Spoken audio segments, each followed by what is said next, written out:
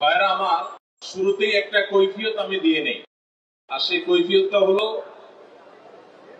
আমাদের গত বছর ঘোষণা দিয়েছিলাম আমরা যে এই বছর আমরা মাঠের কোনো মাহফিল করব না।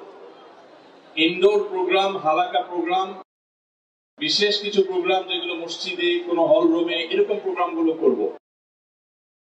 তো আজকের এই মাহফিলটি একমাত্র মাহফিল যেটা এই বছর আমি করছি। এবছর এখনো পর্যন্ত কোনো মাহফিল আমি করি নাই, এবং এবছরের বাকি দিনগুলোতেও আর কোনো মাহফিল ইনশাআল্লাহ করার পরিকল্পনা নাই। এটাই আমার এই বছর। ভাইরা আমার, শুরুতেই একটা কৈফিয়ত আমি দিয়ে নেই। আর সেই কৈফিয়তটা হলো, আমাদের গত বছর ঘোষণা দিয়েছিলাম আমরা যে এই বছর আমরা মাঠের কোনো মাহফিল করব না। ইনডোর প্রোগ্রাম, হালাকা প্রোগ্রাম, বিশেষ কিছু প্রোগ্রাম যেগুলো মসজিদে, কোনো হল রুমে, এরকম প্রোগ্রামগুলো করব। তো আজকের এই মাহফিলটি একমাত্র মাহফিল যেটা এই বছর আমি করছি। এবছর এখনো পর্যন্ত কোনো মাহফিল আমি করি নাই, এবং এবছরের বাকি দিনগুলোতেও আর কোনো মাহফিল ইনশাআল্লাহ করার পরিকল্পনা নাই। এটাই আমার এই বছরের প্রথম এবং শেষ মাহফিল, আল্লাহ যদি বাঁচিয়ে রাখেন এই মৌসুমে। পরবর্তী মৌসুমগুলোতে মাহফিলে আমরা আবার নিয়মিত হব কিনা সেটা এখনো বিবেচনাধীন। ইনশাআল্লাহ বিদিল্লাহ আমরা যদি সেটাকে ভালো মনে করি, পরামর্শ করে সংশ্লিষ্টদের সাথে, ইনশাআল্লাহ বিদিল্লাহ হয়তো সীমিত পরিসরে আমরা আবারও মাহফিলে আসতে পারি, যদি আল্লাহ তৌফিক দান করেন এবং পরামর্শ সবাই ইতিবাচক দেন। তাহলে সেক্ষেত্রে আমাদের মুরব্বী, সিনিয়র, অফিসের সহকর্মী সবার সাথে পরামর্শ করে যদি ঠিক হয়, ইনশাআল্লাহ আমরা সেটা। এখন প্রশ্ন হলো, অনেক গুরুত্বপূর্ণ মাহফিল, অনেক বড় বড় উলামা ইকরাম, অনেক বড় বড় ব্যক্তিবর্গের অনুরোধ ছিল, কিন্তু কোনো মাহফিলের দাওয়াত না নিয়ে এই মাহফিলে কেন আসলাম? এই হলো কৈফিয়ত। তো কৈফিয়তটা হলো এই যে, আমাকে কিছুদিন আগে এই মাহফিলের প্রধান বা অন্যতম আয়োজক ডাক্তার মেজবা ফারুকী ভাই, মাল্টিফ্যাবস গার্মেন্টস এর সময়ত ব্যবস্থাপনা পরিচালক, তিনি বলেছেন যে এই মাহফিলে তো আপনার এবছর আসার কথা আমরা পোস্টারও করেছি। আমি তো আসমান থেকে নাজিল হলাম যে আমি তো এবছর কোনো মাহফিল করবো না বলেছি। ভাই বললেন যে গত বছর আপনি মাহফিল শেষে ওয়াদা করেছেন এবছর থাকবেন, তো সেই ওয়াদা অনুযায়ী আমরা অলরেডি পোস্টারও ছাপাই করছি। যদি আমি কোনো মাহফিল অগ্রিম, পরবর্তী বছরের কোনো অগ্রিম মাহফিল আমি কখনো নেই না, তারপরে ভাই যেহেতু বলেছেন নিশ্চয়ই আমি ভুলে গেছি। তো ওয়াদা যেহেতু হয়ে গেছে এবং তিনি পোস্টারও করেছেন, সেই ওয়াদা রক্ষার জন্য আজকের এই মাহফিলে আসা। তবে এই মাহফিলটাকে আমি মেজবা ভাইকে বলেছি যে এটাকে আমি আমার মাহফিল মনে করি। আরো কয়েকটা হাতে গোনা মাহফিল আছে যে মাহফিলগুলোকে আমি নিজের মাহফিল মনে করি। তো সেই জায়গা থেকে গত বছর ওয়াদা করা ছিল একমাত্র এই মাহফিলটার জন্য, আর সে ওয়াদা রক্ষার জন্য শুধুমাত্র আমার আশা। আল্লাহ যদি তৌফিক দান করে, আমরা যে কথা বলেছি সেই কথার উপর আমরা অটল আছি এবং অটল থাকবো। তবে মাহফিলের এই ফিল্ড বা এই ময়দানকে আমরা কখনো খারাপ মনে করি না। অনেকে ভুল বুঝেন যে আপনারা মাহফিল ফিল্ড থেকে চলে যাচ্ছেন, তারা যারা মাহফিল করছে তারা কি খারাপ? মোটেই না। আমি একটা কথা প্রায় বলি, এদেশের মানুষের স্বতঃস্ফূর্ত অংশগ্রহণে কোনো সমাবেশ, মানুষের সম্মিলন, কোন গণমানুষের উপস্থিতির কোনো আয়োজন যদি এদেশে থাকে, যেখানে শতভাগ মানুষের স্বতঃস্ফূর্ত অংশগ্রহণ করা হয়, কেউ টাকা দিয়েও আনে না, নোট দিয়েও আনে না, বিরিয়ানি দিয়েও আনে না, এবং কোনো ভয় দেখিয়েও আনে না, কোনো লোভ দেখিয়েও আনে না, মানুষ নিজের গরজে আসে, নিজের খরচে আসে। শুধু তাই নয়, এসে বরং মাহফিলের খরচের টাকা যোগান দেওয়ার জন্য অনেক মাহফিলে সহযোগিতা করে যায়। এরকম গণমানুষের আয়োজন, গণমানুষের সম্মিলন, গণমানুষের সমাবেশ, স্বতঃস্ফূর্ত সমাবেশ, এটা এদেশের ওয়াজ মাহফিল ছাড়া আর কোথাও খুঁজে পাওয়া যাবে না। ওয়াজ মাহফিল এবং মসজিদের মিম্বরগুলোতে উলামা ইকরামের ডাকে মানুষ যে আসে, এই আসার পেছনে কোনো স্বার্থ আছে? কেউ আপনাদেরকে ভয় দেখিয়ে আনে?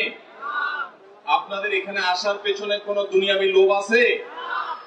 এই জন্য আমি বলি, এই মাহফিলগুলো হলো এদেশের জন্য একটা দৃষ্টান্ত। 50,000, 1 লক্ষ মানুষের মাহফিল হয়, আমি দেখেছি।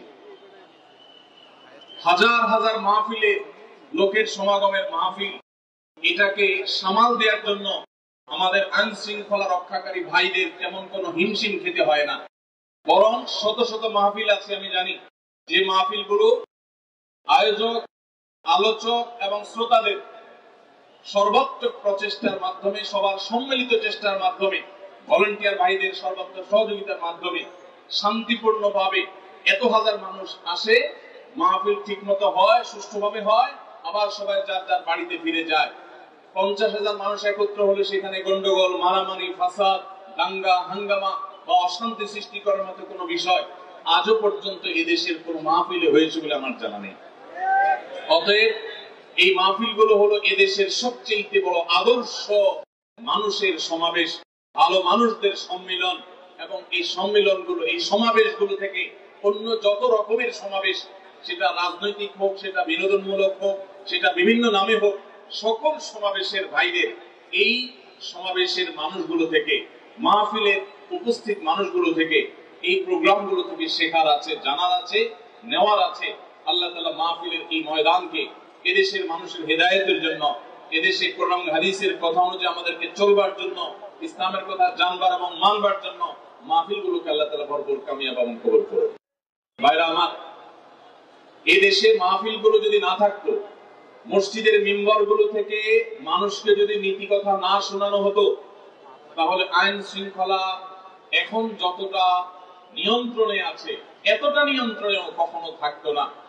আজ এদেশে যতটা আইন শৃঙ্খলা নিয়ন্ত্রণে আছে, এর পেছনে প্রশাসন, আইন শৃঙ্খলা রক্ষাকারী বিভিন্ন বাহিনী, তারা যেরকম অবদান রেখে চলেছেন, তাদের যেরকম ভূমিকা আছে, আমি মনে করি আইন শৃঙ্খলা যতটুকু নিয়ন্ত্রণে আছে, মানুষ যতটা নীতি এবং আদর্শের উপর আছে, এর পেছনে এদেশের মিম্বরগুলো এবং মাহফিলের স্টেজগুলোর অবদান অনস্বীকার্য।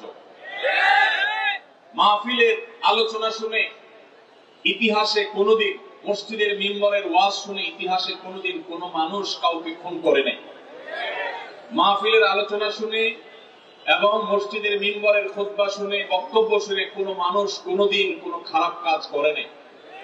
যতটুকু মানুষ ভালো কাজ করেছে, এই মাহফিলগুলোর অবদান সেখানে অনেক বেশি। যদিও আমাদের সমাজে প্রকৃত ভালো মানুষের সংখ্যা এখনো অনেক কম।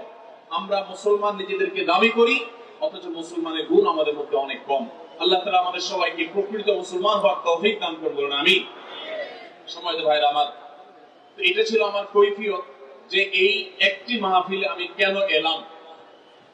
তো সেই কৈফিয়ত আমি আপনাদের সামনে দেওয়ার চেষ্টা করেছি। এবার আমি আমার মূল আলোচনায় চলে যাই, এরপরে প্রশ্ন উত্তরে ইনশাআল্লাহ আমরা চলে যাব। আমার আলোচনার বিষয়বস্তু আপনারা ইতিমধ্যে জেনেছেন যে সূরা ইখলাস, সূরা ফালাক এবং সূরা নাস, এই তিনটা সূরা সম্পর্কে আমাকে কথা বলার জন্য কর্তৃপক্ষ অনুরোধ করেছেন, নির্দেশ দিয়েছেন। এবং এই মাহফিলটির একটা ভালো দিক এটা যে কোন বক্তা কি বিষয়ে বক্তব্য রাখবেন সেটা আগে থেকে নির্ধারণ করে দেওয়া হয়, যার কারণে সুনির্দিষ্ট একটা বিষয়ের উপরে বার্তা নিয়ে শ্রোতারা বাড়িতে ফিরে যেতে পারেন। এটা অন্যান্য মাহফিল আমাদের জন্য আদর্শ, যে হুজুর কোত্থেকে কোথায় চলে যাবেন, আকাশ থেকে পাতালে কোন বিষয় থেকে কোন বিষয়ে চলে যাবেন, আদৌ কোনো বিষয় নির্ধারিত আছে কিনা তার কোনো ঠিক ঠিকানা নাই, সেরকম না, বরং এখানে বিষয়গুলো নির্ধারণ করা থাকে। আমি আবারও দোয়া করি আল্লাহ রাব্বুল আলামিন দেশের সমস্ত ওয়াজ মাহফিলকে, বিশেষ করে এই কাশিমপুর স্কুল মাঠের এই মাহফিল, মাল্টিফেয়ার্স যে মাহফিল আয়োজন করে থাকে, মাহফিলকে আল্লাহ তাআলা কিয়ামত পর্যন্ত কবুল মঞ্জুর করুন, আমিন। এদেশের স্বনামধন্য বরেণ্য উলামায়ে কেরাম, তাদের দিয়ে এই মাহফিলগুলো ভবিষ্যতে সজ্জিত হোক, সুন্দর হোক, সমৃদ্ধ হোক। আমাদেরকে, এই এলাকার মানুষকে এবং সর্বস্তরের মানুষকে, বিশেষ করে শ্রমিক ভাই বোনদেরকে সবাইকে আলোকিত করার তৌফিক আল্লাহ তাআলা আমাদেরকে দান করুন।